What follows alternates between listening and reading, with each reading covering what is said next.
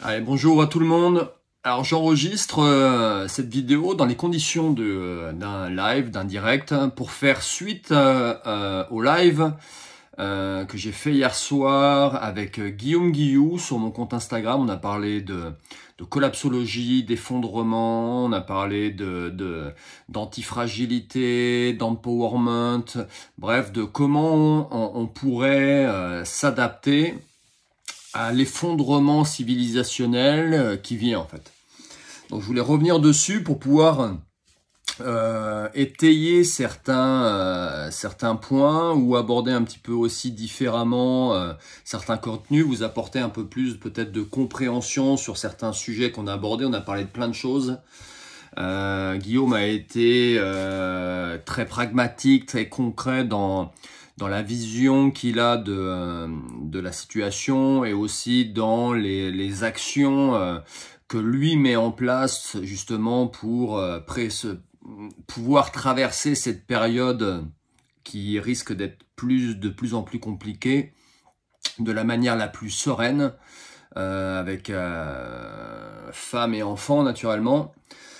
Je voulais revenir en commençant par une phrase que je vous ai mis sur mon profil Instagram en description de ce live. Alors je sais pas du tout où va être partagée cette vidéo, je sais pas si je la mettrai sur YouTube, je sais pas si je la partagerai sur Insta ou sur Facebook.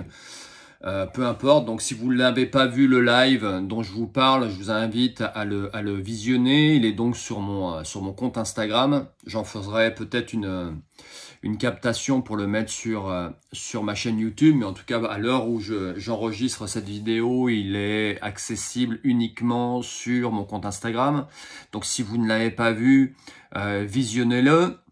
En description de cela, je vous notais que l'effondrement, tout comme la mort, n'est pas un problème car il n'a pas de solution.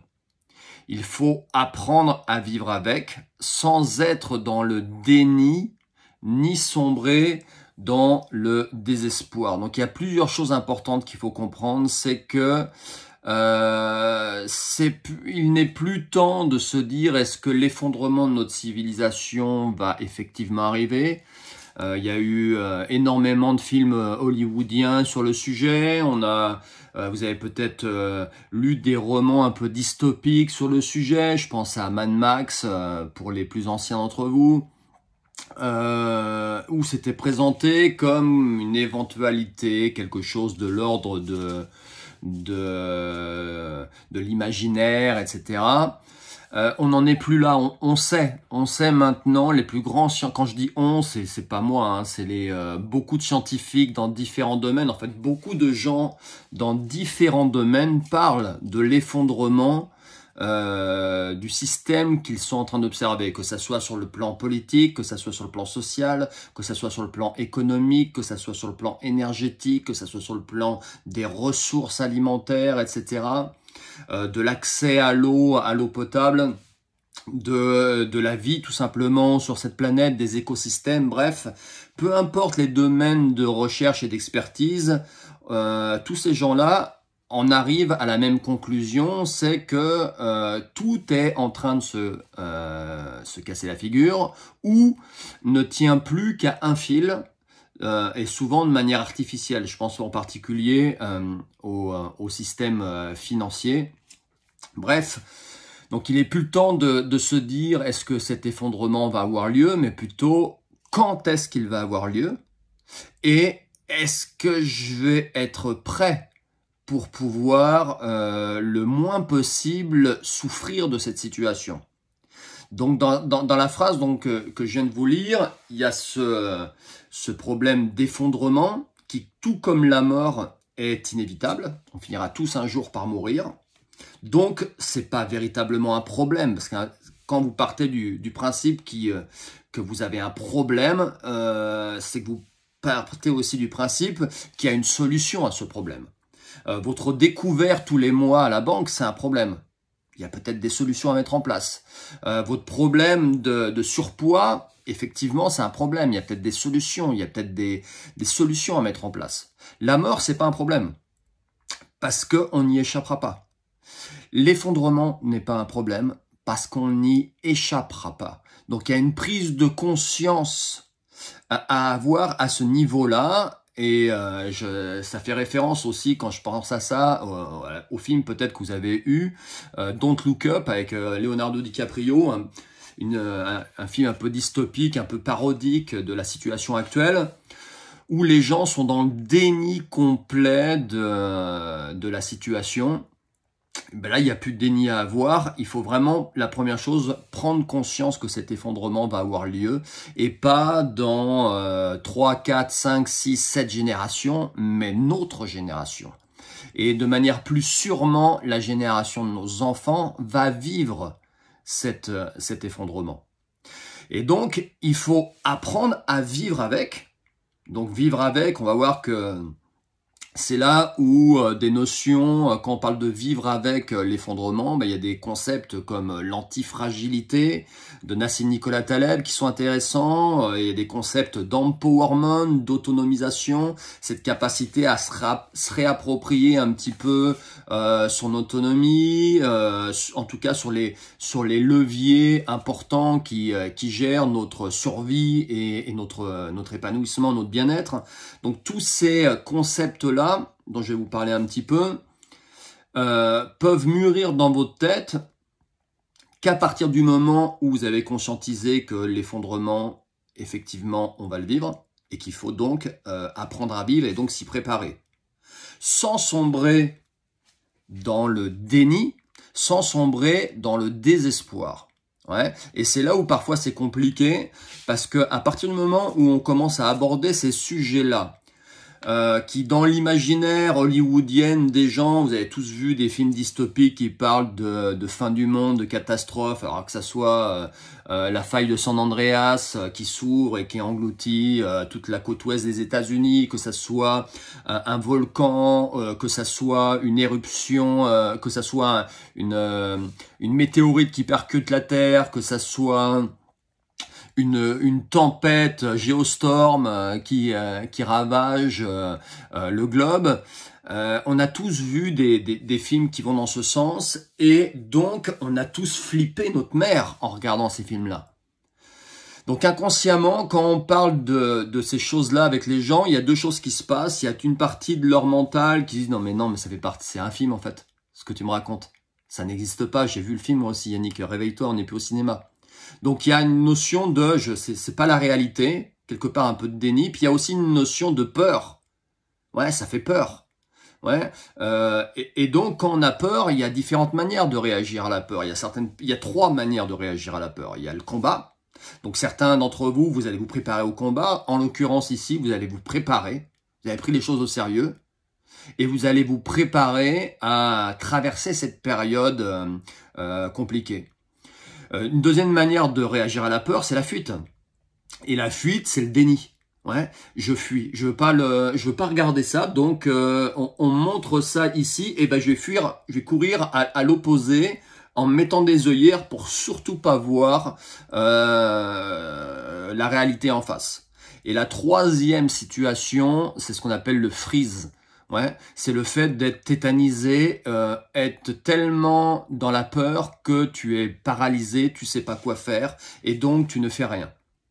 Tu as conscience de la situation, mais tu ne peux pas réagir. C'est trop compliqué pour toi psychologiquement dans ta tête. Donc, on va essayer, dans cette vidéo, je vais commencer par vous définir concrètement ce qu'est l'effondrement. Je vous parlerai un peu d'antifragilité, d'empowerment ensuite. Donc effondrement, si je reprends un peu dans le live, je vous en parle rapidement, les termes utilisés en collapsologie, qui est l'étude justement d'effondrement de civilisation. L'effondrement, en fait, c'est un processus, écoutez bien, ça explique très bien les choses, processus à l'issue duquel les besoins de base ne sont plus fournis à un coût raisonnable à une majorité de la population par des services encadrés par la loi.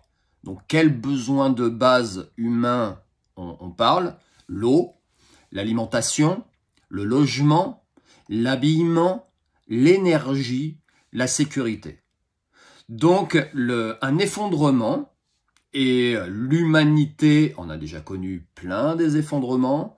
Certaines régions du globe récemment ont aussi connu des effondrements. Et bien, il se passe quoi?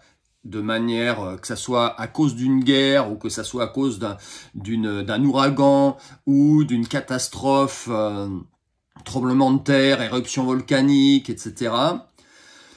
Vous vous retrouvez sans accès à ces besoins naturels. Ouais, pour l'instant, je pense que chez vous, vous tournez le robinet, l'eau arrive toute seule au bout du robinet. Vous ouvrez le frigo, il y a à manger. Le frigo, il est vide. À côté, vous avez un monop pour remplir votre frigo. Vous avez un toit sur la tête. Vous pouvez vous habiller. Si vous avez besoin d'un pull, vous allez au magasin et vous en achetez un. Si vous voulez vous chauffer, vous avez peut-être juste à appuyer sur un bouton pour vous chauffer, vous éclairer, cuire vos aliments, etc. Vous avez un problème, vous savez, peut-être vous pouvez appeler l'ambulance pour venir chercher votre petit garçon qui s'est blessé. Vous vous faites attaquer, il y a apparemment normalement des forces de l'ordre qui sont là pour vous protéger. Ou en tout cas, vous pouvez faire appel à eux si vous vous faites agresser, porter plainte, etc. Bref, si tout ça, en cas d'effondrement, tout ça disparaît. Donc imaginez une réalité, et ça c'est un exercice que je vous invite vraiment à faire, c'est d'imaginer qu'est-ce qui se passe là si demain, il n'y a plus d'eau à la maison. Comment on fait? Je ne sais pas si ça vous est déjà arrivé. Moi, ça m'est arrivé, je pense que ça nous est tous déjà arrivé, mais sur des courtes périodes. Imaginez là, et rappelez-vous déjà le merdier que c'était lorsque vous avez eu une demi-journée ou peut-être une journée entière où le robinet d'eau ne fonctionne pas. Alors que vous avez besoin d'eau peut-être pour faire cuire certains aliments, pour vous laver vos enfants, etc. Si vous avez un nourrisson, vous allez vite comprendre l'intérêt d'avoir l'eau qui arrive au robinet. Imaginez la même chose par exemple pour l'électricité. Est-ce que vous avez déjà vécu des coupures de courant de plusieurs heures ou de plusieurs jours? L'année dernière, ici à la campagne, on a vécu une coupure de courant de 48 heures. 48 heures sans courant. Là, vous vous apercevez à quel point vous êtes dépendant de ce service qu'on vous donne. Et que si demain on n'y a plus accès, à quel point on est fragile. Ouais, impossible d'ouvrir le portail du garage, impossible d'ouvrir les volets, difficile de se chauffer. Bon, nous on a le gaz, mais on peut avoir des problèmes pour faire cuire ses aliments. Vous pouvez plus de télé, plus d'internet, vous pouvez plus recharger vos portables. Bref, c'est le chaos chez vous. Imaginez la même chose maintenant. Si je continue. Il n'y a plus d'approvisionnement du monop. Là où vous allez acheter votre bouffe, ça y est, les rayons sont vides. Et vous savez pas quand est-ce que vous allez pouvoir, quand est-ce qu'ils vont être réalimentés. Donc vous voyez un petit peu le problème. Là, on les a pris séparément. Bah, imaginez ça tout en même temps. Ouais. Et c'est ça, l'effondrement. C'est pas, bah, aujourd'hui, il n'y a plus d'électricité. C'est non seulement il n'y a plus d'électricité, mais il n'y a plus d'eau au robinet, il n'y a plus d'alimentation, votre sécurité est plus assurée, le téléphone il fonctionne plus, etc., etc. C'est le cumul de cette situation, de toutes ces situations. Et c'est ce que nous annoncent pas des oiseaux de mauvais augure, mais des gens sérieux dans leur domaine d'activité. Je vous ai mis les références de plein de noms en commentaire du live que j'ai fait avec Guillaume. Je les repartagerai peut-être ici. Le but de cette vidéo, c'est pas de vous détailler à quel point c'est la merde sur tous les plans ou tous les piliers de notre société. Mais c'est de vous inciter à prendre conscience de cette situation, parce qu'encore une fois, sans conscience, impossible de passer à l'action. Tant qu'on ne sait pas qu'on ne sait pas, eh bien, on ne peut rien changer à la situation dans laquelle on est. D'accord? Donc, le premier point pour moi, parce qu'une fois qu'on a pris conscience de ça, enfin, une fois qu'on s'intéresse à ça, bah, vient vite la question de concrètement, qu'est-ce qu'on fait en fait? Concrètement, qu'est-ce qu'on fait? Et pour moi, encore une fois, j'en ai beaucoup, on en a parlé dans le live. Le premier point, c'est la prise de conscience. Ouais, c'est la prise de conscience que effectivement, ça va se produire. Mais pas une prise de conscience hollywoodienne. C'est-à-dire que vous avez des gens, moi j'ai des amis, ils aiment bien quand je leur parle de ça parce que concrètement, ça les fait flipper un petit peu, ils aiment bien avoir peur, ça leur rappelle des films, ils s'imaginent tout un truc, ouais, ça va être comme dans Mad Max ou ça va être comme dans La vie chez les Amish ou ça dépend de la vision que vous avez de l'effondrement, mais ils abordent ça avec une manière un peu en rigolant, un peu et ils y pensent quelques heures, ils le conscientisent quelques heures quand ils sont en discussion avec moi, ils me disent ah ouais t'as raison, mais au final il y a rien qui change. Pourquoi ils mettent rien en place?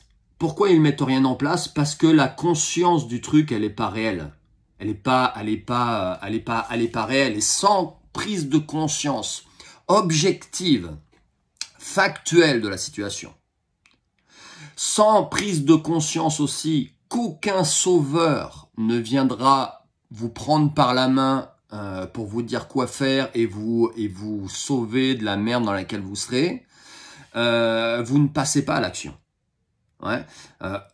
C'est les deux points que je viens de vous citer, et c'est les deux points, je pense, les communs, les plus importants pour amorcer n'importe quel changement dans votre vie. Ouais. Tant que vous n'avez pas pris conscience que le paquet de clopes que vous fumez tous les jours va vous tuer, et tant que vous n'avez pas pris conscience que personne ne viendra vous sauver de votre addiction à la cigarette, vous ne prenez pas les choses en main pour changer et arrêter de fumer.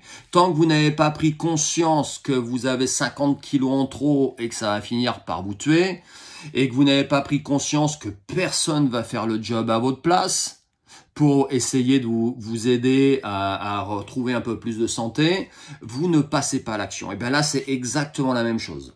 Ouais. Et ce que je veux que vous compreniez, c'est que pour prendre conscience, il faut avoir accès à la connaissance. Alors c'est pas au travers d'un live, c'est pas au travers d'une vidéo d'un inconnu que vous regardez que vous allez éclairer votre conscience ou vraiment conscientiser les choses.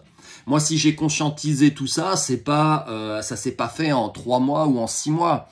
Ça s'est pas fait en écoutant des gens sur Instagram ou sur Facebook. Ça s'est fait en lisant des bouquins, en m'intéressant au sujet, en regardant des conférences, en regardant des séminaires, des vidéos d'experts dans leur domaine, que ça soit au niveau économique, que ça soit au niveau politique, que ça soit au niveau environnemental, au niveau climatique, que ça soit au niveau des ressources en eau ou en minéraux, que ça soit au niveau d'experts au niveau vie sociale, etc. Et de m'apercevoir que le point commun, même si le thème était différent, le point commun à toutes ces personnes, c'est que leur vision de notre société, de notre civilisation, le bilan qu'ils faisaient de l'état de santé de notre société, de notre civilisation, était catastrophique. Et là, je me dis, mais lui, il me dit que ça se casse la gueule, lui aussi. Mais en fait, Yannick, tous les piliers qui supportent la société, la civilisation dont tu fais partie, est en train de se casser la gueule. Ouais. Donc là, ça m'a motivé, ouais, à continuer de creuser. Donc tant que vous n'avez pas pris conscience que vous avez plus à gagner à vous renseigner sur le sujet, à passer des heures à décortiquer des bouquins, des vidéos, à vous former là-dessus, que de ne rien faire, vous ne changerez rien en fait. Ouais. Tant que la peur ou la souffrance potentiellement que vous pourriez vivre à ne rien faire n'est pas supérieure à la souffrance ou à l'effort que ça va vous demander de faire quelque chose, vous ne passez pas à l'acte. Okay, et encore une fois, toutes les infos sont disponibles, sincèrement. Si je les ai trouvées, vous les trouverez. Vous avez des gars comme moi ou comme Guillaume qui partagent avec vous certaines infos pour vous mâcher un peu le travail. Parce que Simone de Beauvoir avait raison. Hein. Le plus grand fléau de l'humanité, c'est le refus de savoir. C'est le refus de savoir. Et au-delà de ça, maintenant, à notre époque, je pense que ça va même plus loin, c'est la flemme de savoir. On est arrivé à une période d'évolution où l'être humain, nos concitoyens sont tellement intriqués dans cette société malade. Ils sont tellement devenus les ectoplasmes, les avatars que la société souhaitait qu'ils deviennent, qui vont finir par mourir avec cette société malade en fait. Hein, c'est un peu l'image, le bateau, là, on est tous sur un bateau, le bateau il est en train de couler, il prend l'eau de partout, et puis t'as des gens en fait, non, ils préfèrent rester dans leur cabine, tranquillement allongés sur leur lit, avec leur smartphone, en train de scroller des vidéos de twerk sur TikTok. Ouais, alors qu'autour, tout est en train de se casser la gueule. Mais bon, j'ai la flemme. Il y a bien des gens qui vont régler le problème à ma place. Ouais, il y a bien des gens qui vont aller colmater les trous dans la coque. Non, parce qu'en fait, les gens qui devaient colmater les trous dans la coque, eux aussi, peut-être ils ont pris conscience que le bateau allait couler et que tout d'un coup, non, en fait, moi j'y peux rien. De toute manière, le bateau il coule et je vais surtout penser à ma peau et à celle de mes enfants et de ma famille. Ils viendront pas vous chercher dans la cabine.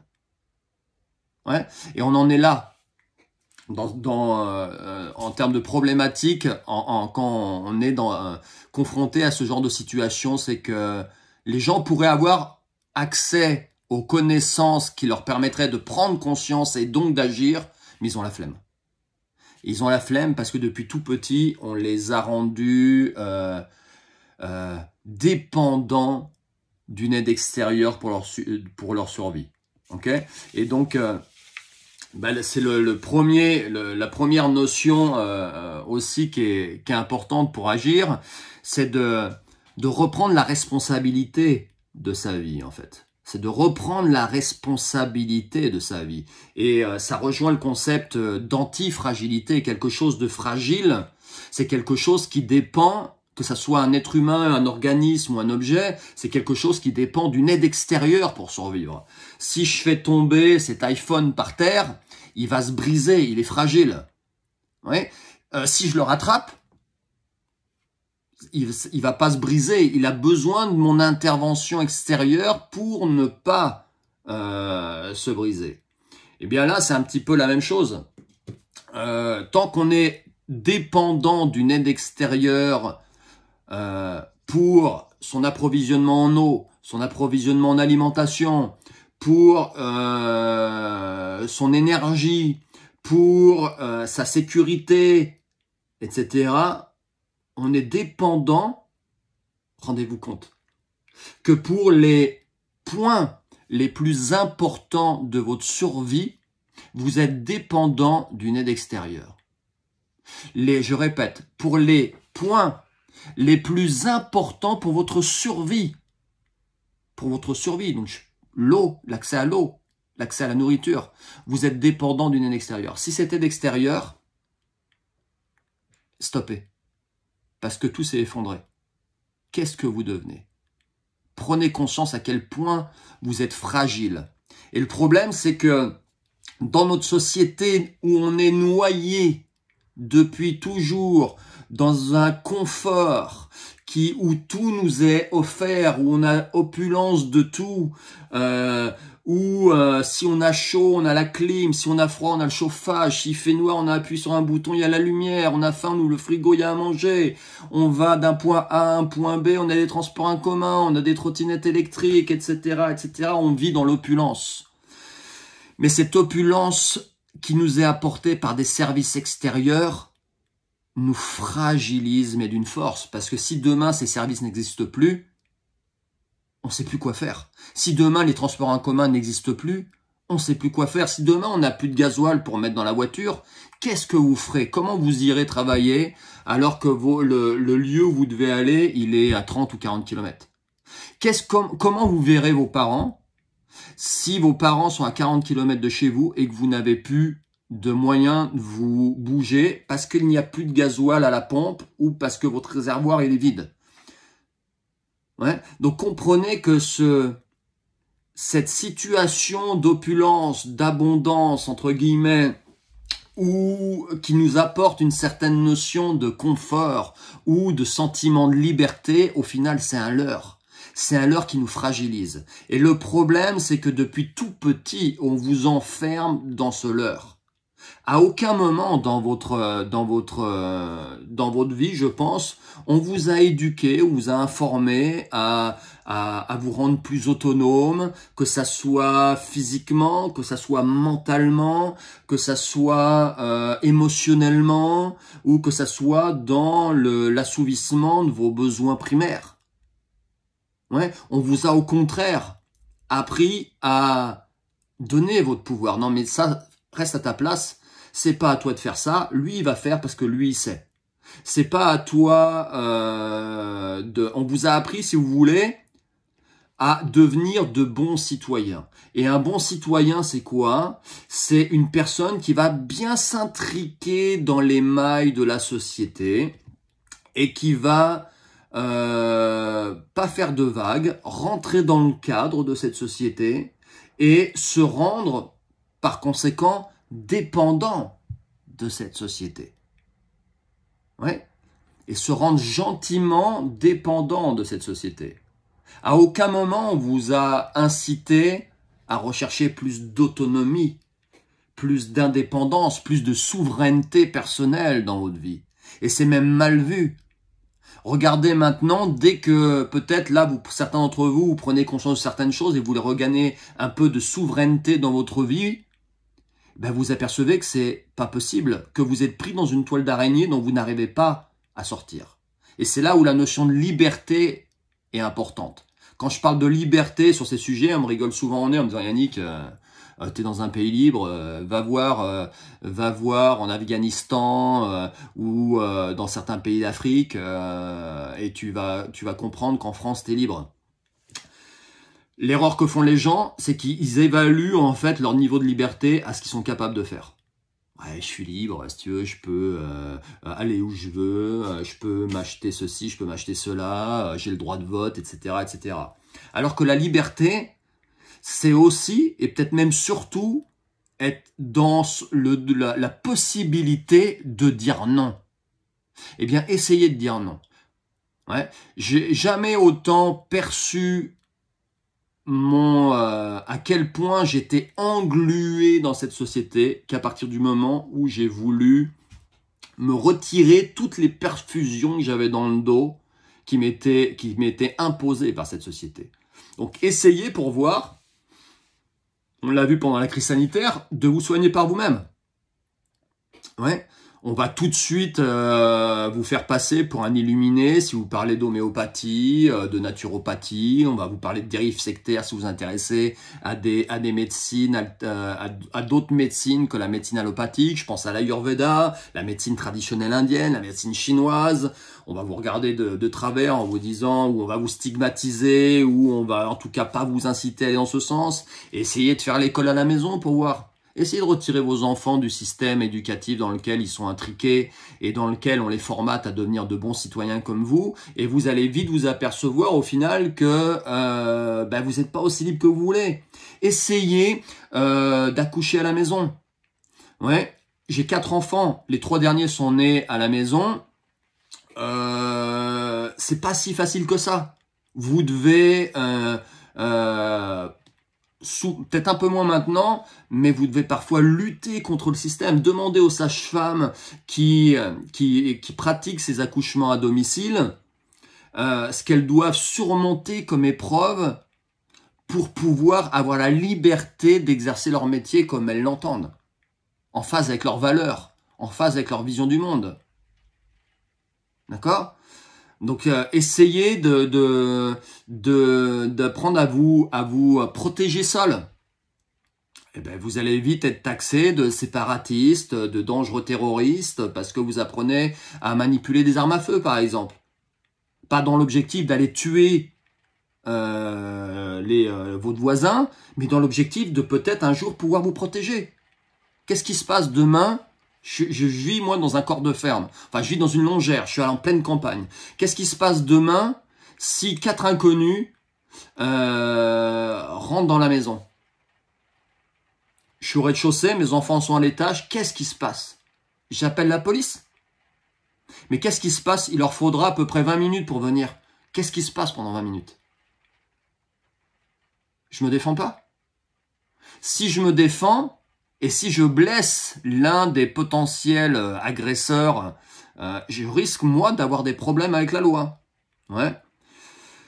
Donc, comprenez que on est intriqué dans un système, qui est malade. Ouais. Si on était intriqué à ce point dans un système sain, mais ce serait génial. À aucun moment, je voudrais en sortir et je ferais cette vidéo. Mais on est intriqué dans un système malade. Et pour s'apercevoir que ce système est malade, il suffit de regarder les répercussions, les résultats de ce système. Regardez à quel point tout se casse la figure et à quel point les gens ne sont pas heureux dans nos sociétés. Il suffit de regarder le nombre de la consommation d'antidépresseurs, etc., de regarder les taux de suicide dans nos sociétés. Vous vous rendez bien compte que quand on arrive à un niveau de désespoir tel qu'on se dit non mais c'est tellement pourri ce que je suis en train de vivre ou c'est tellement difficile que je mets fin à mes jours, c'est que quelque part la société qui t'a conduit à être dans cet état-là d'être, elle est pas saine. Ouais. Donc je pense que c'est légitime à un moment donné, que ça soit pour soi ou pour les gens que vous aimez, de réfléchir à vouloir sortir de ce système malsain. Sauf que c'est très compliqué. C'est très compliqué, on ne vous laissera pas faire. Parce que le problème, c'est que tout est qu'une question de contrôle des masses, de manipulation des masses. On veut, quand je dis on, c'est les personnes qui sont voyez, en haut de cette pyramide.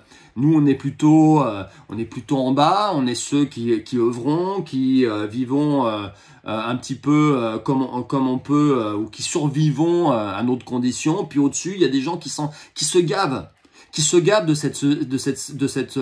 cette situation. Regardez ce qui s'est passé dans le Covid. Il y a des gens qui ont souffert, il y a des gens qui ont été malades, mais il y a aussi des gens qui ont été vraiment perturbés psychologiquement, qui ont été en dépression, qui ont fait des tentatives de suicide. Les jeunes ont eu, en particulier les ados, ont vécu des périodes très compliquées durant les confinements et au niveau de leurs études, problèmes de pauvreté. Il y a vraiment des gens qui ont souffert. Ouais. Et en haut, il y a des gens qui se sont gavés. Il y a des gens qui se sont gavés. Est-ce que ça vous paraît sain, ça, dans une société? Ouais.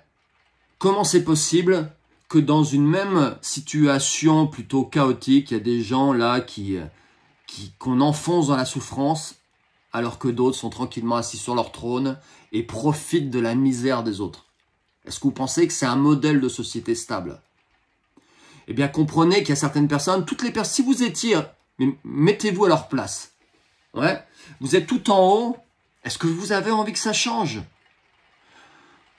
Bah, pas forcément, parce que vous êtes habitué à vos milliards, vous êtes habitué à vos voyages en jet privé, vous êtes habitué au pouvoir que vous a donné votre situation, vous a donné l'argent, à l'influence que vous avez sur les autres au travers de ce pouvoir que vous confère l'argent. Donc vous n'avez pas envie que les choses changent. Donc vous cherchez à maintenir le statu quo. Et c'est l'image que je donne régulièrement. Imaginez un berger qui vit de son troupeau de moutons. Il vit de la chair de ses moutons, il vit de la laine de ses moutons. Il sent que ça va mal. Il sent qu'il y a un orage qui arrive. Comment il le sent? Parce qu'il voit que c'est noir plus loin, là. Il est sur la plaine, là. Enfin, il est... et il voit le nuage noir orageux qui prédit en fait des éclairs et du tonnerre.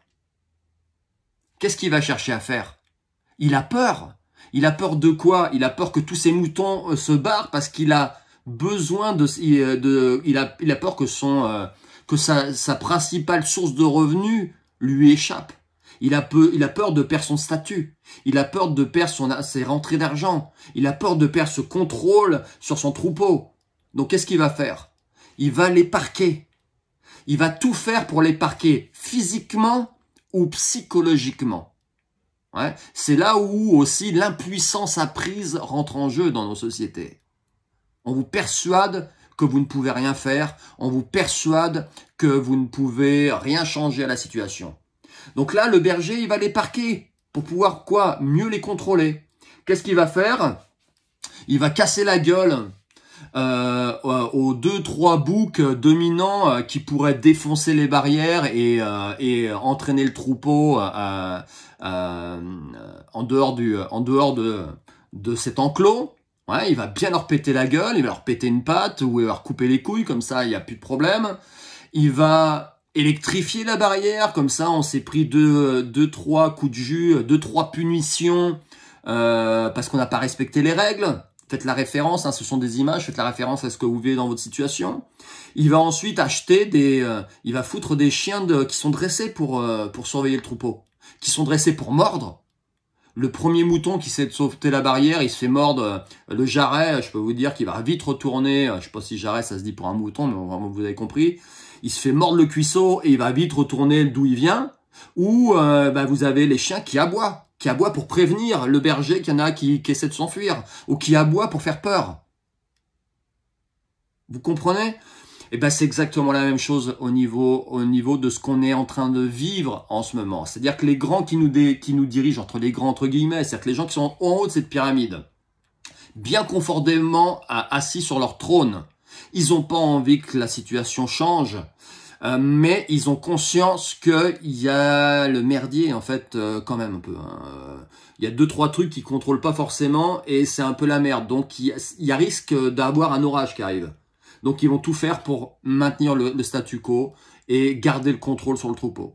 Et c'est ce qui se passe, c'est ce que vous avez vécu pendant le Covid, c'est ce qu'on vivra encore avec d'autres situations de crise, etc.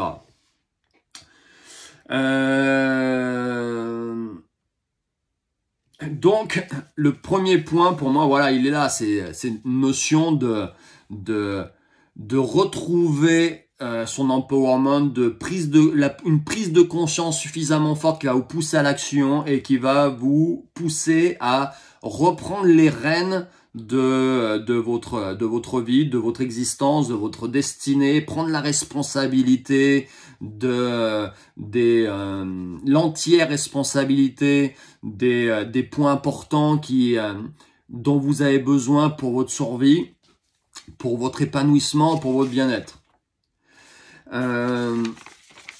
Ensuite, une fois que cette prise de conscience est la première action pour moi, avant de vouloir acheter des panneaux photovoltaïques, avant de vouloir partir vivre à la campagne, monter un potager, etc., etc., etc., ou trouver d'autres moyens énergétiques, le premier travail, avant d'aller mettre en place des choses à l'extérieur, mettez des choses en place à l'intérieur, parce que véritablement, le seul pouvoir que vous avez sur la situation, en tout cas le plus grand pouvoir que vous avez sur la situation, c'est sur vous-même. C'est sur vous-même. Donc développez-vous physiquement. Renforcez-vous physiquement, mentalement, émotionnellement, intellectuellement, spirituellement. Tous ces points sont importants. L'erreur que certains d'entre vous font, c'est que vous basez tout sur votre physique. Vous faites du crossfit et vous devenez des machines de guerre, vous entraînez, peu importe de quelle méthode vous utilisez, vous devenez de vrais athlètes. Mais ok, ça va vous aider en cas d'effondrement. Mais si émotionnellement, mentalement, t'es fragile, qu'est-ce qui va se passer? Qu'est-ce qui va se passer? Quand ça va vraiment être le merdier et que la peur, inévitablement, va grandir en toi et que que ce poison de la peur va se diffuser en toi, ou ce poison du doute, ou peu importe ta faille ou ton talon d'Achille émotionnel, que ce poison va se verser en toi et que tu n'as pas l'antidote. qu'est-ce que tu vas faire avec ta tablette de chocolat et avec tes épaules de déménageur? Ouais. Et dans d'autres cas, c'est pareil. Tu t'es développé intellectuellement.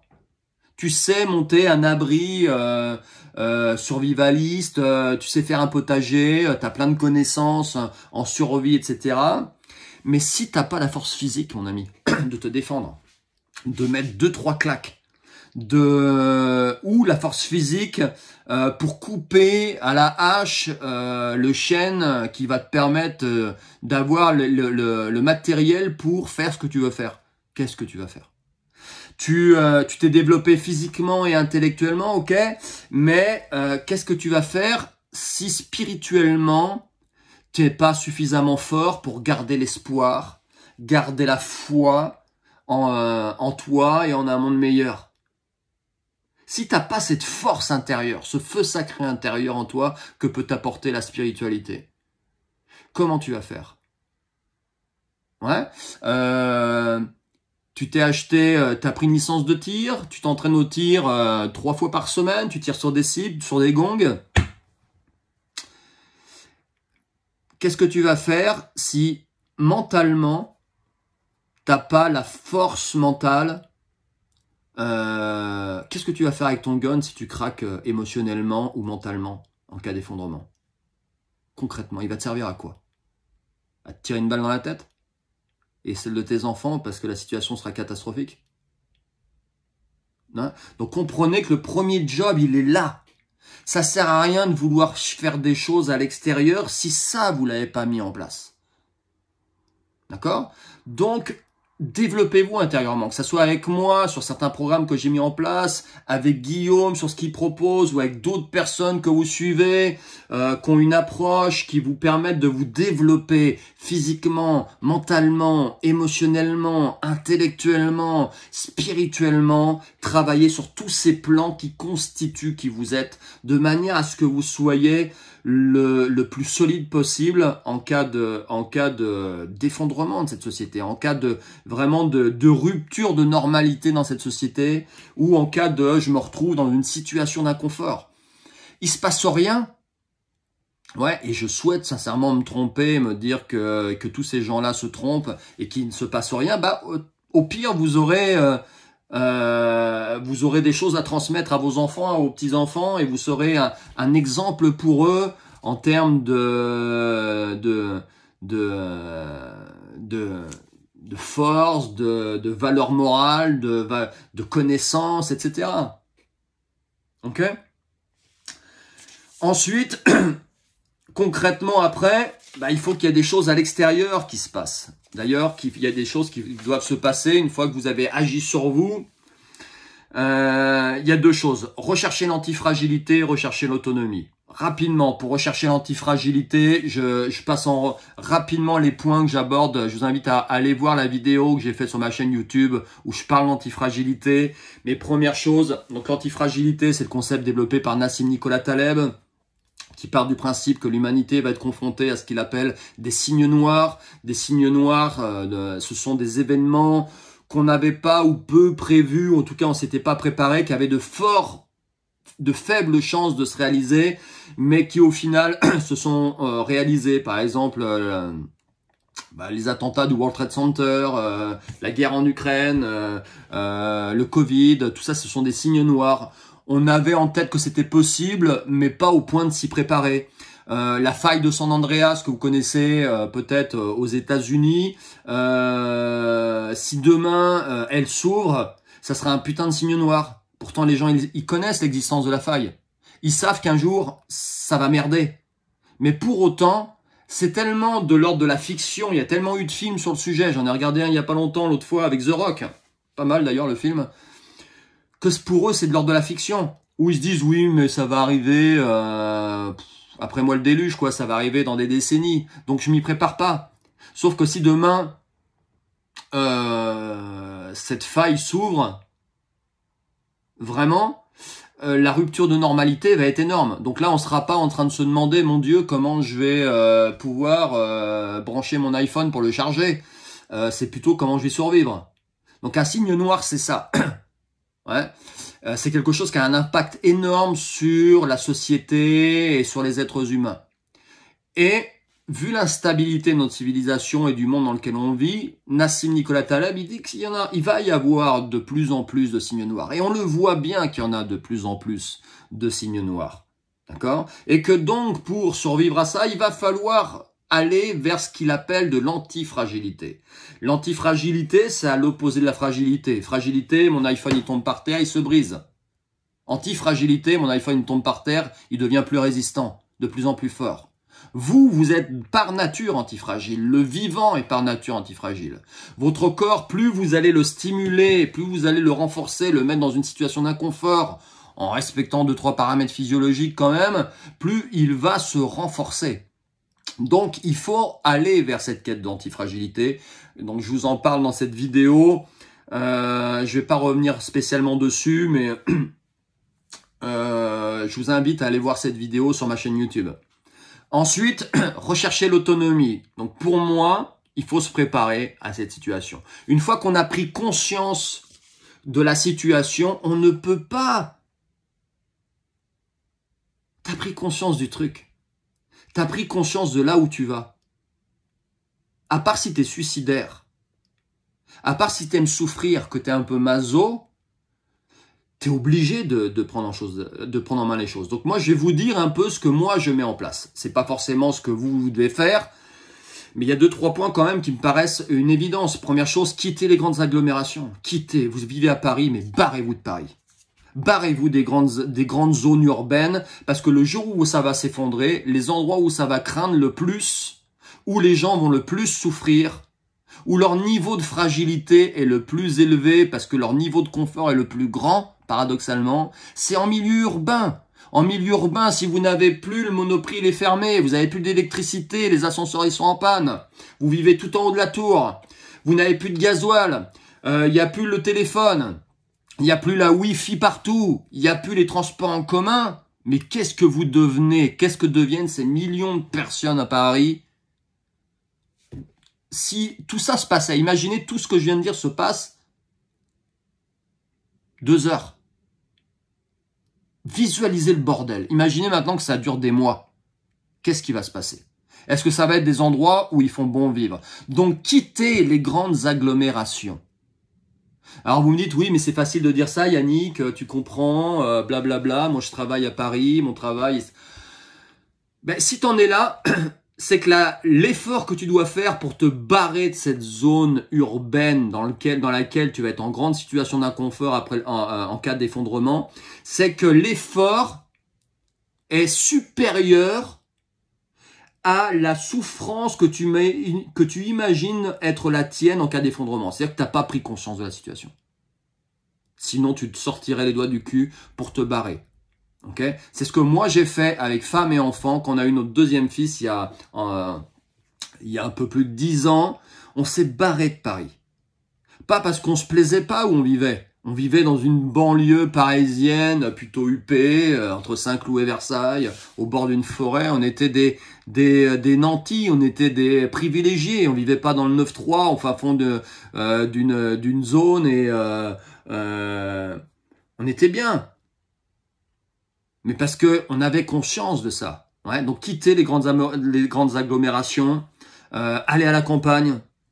Vous verrez que aller dans des zones beaucoup moins peuplées, aller à la campagne. Vous verrez qu'à la campagne, vous serez surpris de voir que certaines valeurs d'entraide humaine sont toujours présentes. Ouais. Les gens en campagne, ils sont ancrés, ils sont dans la terre, ils sont pragmatiques et ils ont gardé certaines valeurs qui étaient humaines, qui étaient celles de nos grands-parents, de nos arrière-grands-parents. L'entraide est encore très très forte. Achetez un lopin de terre, achetez de la terre. Ouais. Dans les références dont que je vous mettrai de personnes à suivre, il y a un économiste qui s'appelle Gilles Ravaud. Il y a une très bonne interview de lui sur Thinkerview où vous verrez qu'à la fin, l'intervieweur Sky lui dit écoute, quels sont tes conseils aux jeunes générations? Et là il dit achetez un lopin de terre. Et Sky lui dit pour aller vivre à la campagne? Oui, mais surtout pour cultiver. Parce qu'il sait qu'à un moment donné, la bouffe que vous achetez au Monoprix, ma cage, vous l'aurez plus. Donc, si vous n'avez pas une terre à cultiver dans laquelle vous allez pouvoir planter des tomates, des patates, qu'est-ce que vous allez bouffer? Qu'est-ce que vous allez bouffer? Ouais, dans le 8e arrondissement à Paris, votre restaurant préféré, il est fermé. Qu'est-ce que vous allez bouffer? Le Monoprix Hype dans lequel vous allez, il est fermé. Qu'est-ce que vous allez bouffer? Vous pensez qu'on va venir vous sauver? Ouais. Vous pensez pouvoir appeler, est-ce que, je sais pas moi, un de ces services de restauration à domicile et qui vont venir vous livrer? Mais ils seront dans la même merde que vous. Donc achetez un lopin de terre et une fois pour y vivre, pour cultiver et créer votre clan. Donc ça, on en parlait avec Guillaume, c'est une très bonne remarque de sa part et c'est ce que moi j'ai fait aussi. Vous pouvez pas monter un projet comme ça seul. Acheter une terre, acheter un lieu de vie, peut-être que ça va vous demander de le faire à plusieurs. Donc nous, ce qu'on a fait, c'est à plusieurs, ça veut dire quoi? Associez-vous pas avec des gens que vous ne connaissez pas. Associez-vous avec des gens qui ont la même vision de la vie que vous, avec des gens qui ont les mêmes valeurs que vous. Donc c'est qui? Peut-être c'est votre famille ou des amis proches. Certains d'entre vous disent oui, je suis dans un écolieu, je m'associe avec des individus que je connais pas, mais on a monté un éco-village, etc. Oui, mais je vois plein de choses moi ça peut être une bonne idée, mais je vois aussi plein de ces lieux qui au bout d'un temps finissent par merder parce que les gens ne se connaissent pas vraiment. Et quand tu vis H24 ensemble, là ça devient difficile. Donc nous on a monté ce projet, là où je suis, là on est en pleine campagne, on a monté ce projet avec la famille, en l'occurrence mes beaux-parents, qui sont dans ce projet, qui ont construit des dépendances pour eux, etc. Mais moi, mon rêve, ça serait d'avoir mon frère, le frère de Yessi, le frère de ma femme, sur le même lieu. Ça serait de rapatrier mes parents sur ce terrain, sur ce même lieu. Des gens de confiance, des gens qui sont dans les mêmes valeurs, des gens que je connais bien. Plus après, peut-être, aux alentours des amis proches. Pour qu'on puisse, en fait, créer notre clan. Clan, pas pour monter un clan et faire la guerre à d'autres clans, d'accord? Sortez de Hunger Games ou de Vikings, mais pour s'entraider et pour aussi avoir les gens que tu aimes proches, en fait, pour pouvoir les aider, d'accord? Demain, tout s'effondre. Ça peut aller très vite. Ouais, tous les plus grands experts le disent avec la mondialisation, avec l'interconnexion de toutes les strates de notre société. On a une capacité de résilience plus longue à l'effondrement, mais le jour où ça va s'effondrer très vite. Alors que dans d'autres sociétés qui sont moins globales, moins intriquées, l'effondrement arrive plus vite, mais beaucoup plus progressif. Donc les gens ont plus le temps de s'y adapter. Et nous, ça risque de se passer très rapidement. C'est-à-dire que du jour au lendemain, tu n'as plus de gasoil dans ta bagnole. Qu'est-ce que tu fais? Tes parents sont à 30 km de chez toi. Comment tu fais pour aller les voir? Comment tu fais pour leur venir en aide? D'où l'intérêt de se rapatrier en clan et de se regrouper. Et ensuite, c'est pas de s'isoler et de rester dans sa petite communauté et les méchants, être dans la méfiance de tout le monde. C'est de créer du lien avec d'autres clans autour de vous. Donc nous ici, on est en contact avec les fermiers d'à côté, des environs. On s'échange des services de temps en temps. Etc., etc. On recrée du lien de proximité. Ce qui fait que si demain tout s'effondre, peut-être que je pourrais compter sur l'aide de l'agriculteur d'à côté pour m'aider dans certaines tâches que j'aurais besoin de faire, etc. Et lui, il pourra compter sur moi pour d'autres choses. Ensuite, planter. Alors, planter des légumes, etc. Faites-vous un potager, ça c'est clair et net, mais plantez des arbres. Pour 2 raisons. Première chose, ayez de l'ombre.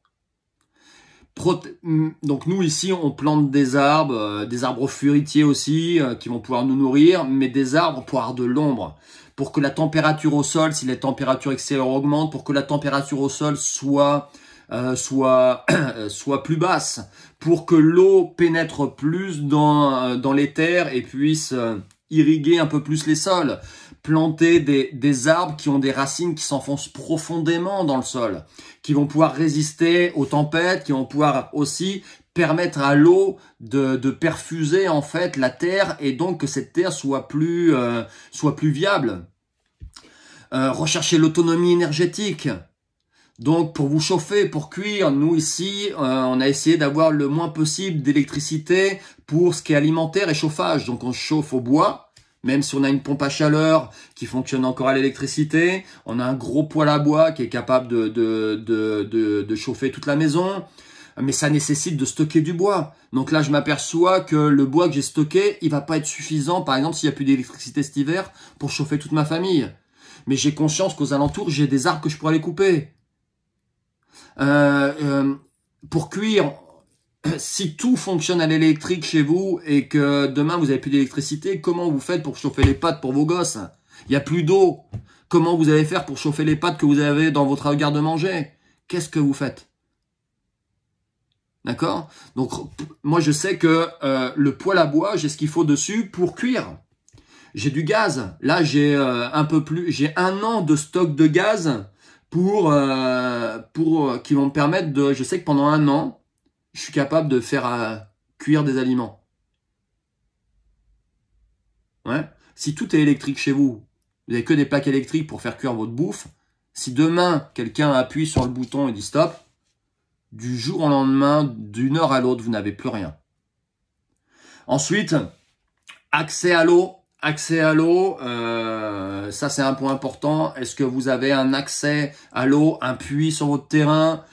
Ce qui n'est pas mon cas, donc je réfléchis à comment je pourrais récolter de l'eau de pluie, comment la rendre propre à la consommation, ou peut-être faire creuser un puits et voir s'il n'y aurait pas possibilité de creuser un puits pour avoir un accès à l'eau.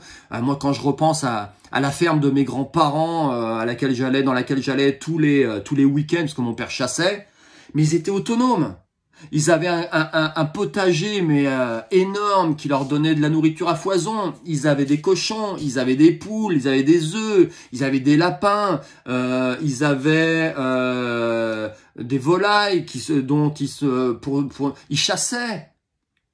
Ils avaient un puits. Mais demain tout s'effondre. Mes grands-parents de l'époque, ils s'en seraient même pas aperçus. Ils s'en seraient même pas aperçus. Parce qu'ils avaient tout à portée de main pour survivre.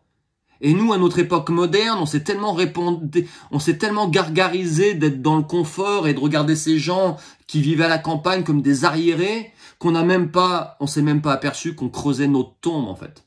On s'est même pas aperçu à quel point on était en train de se fragiliser. D'accord ?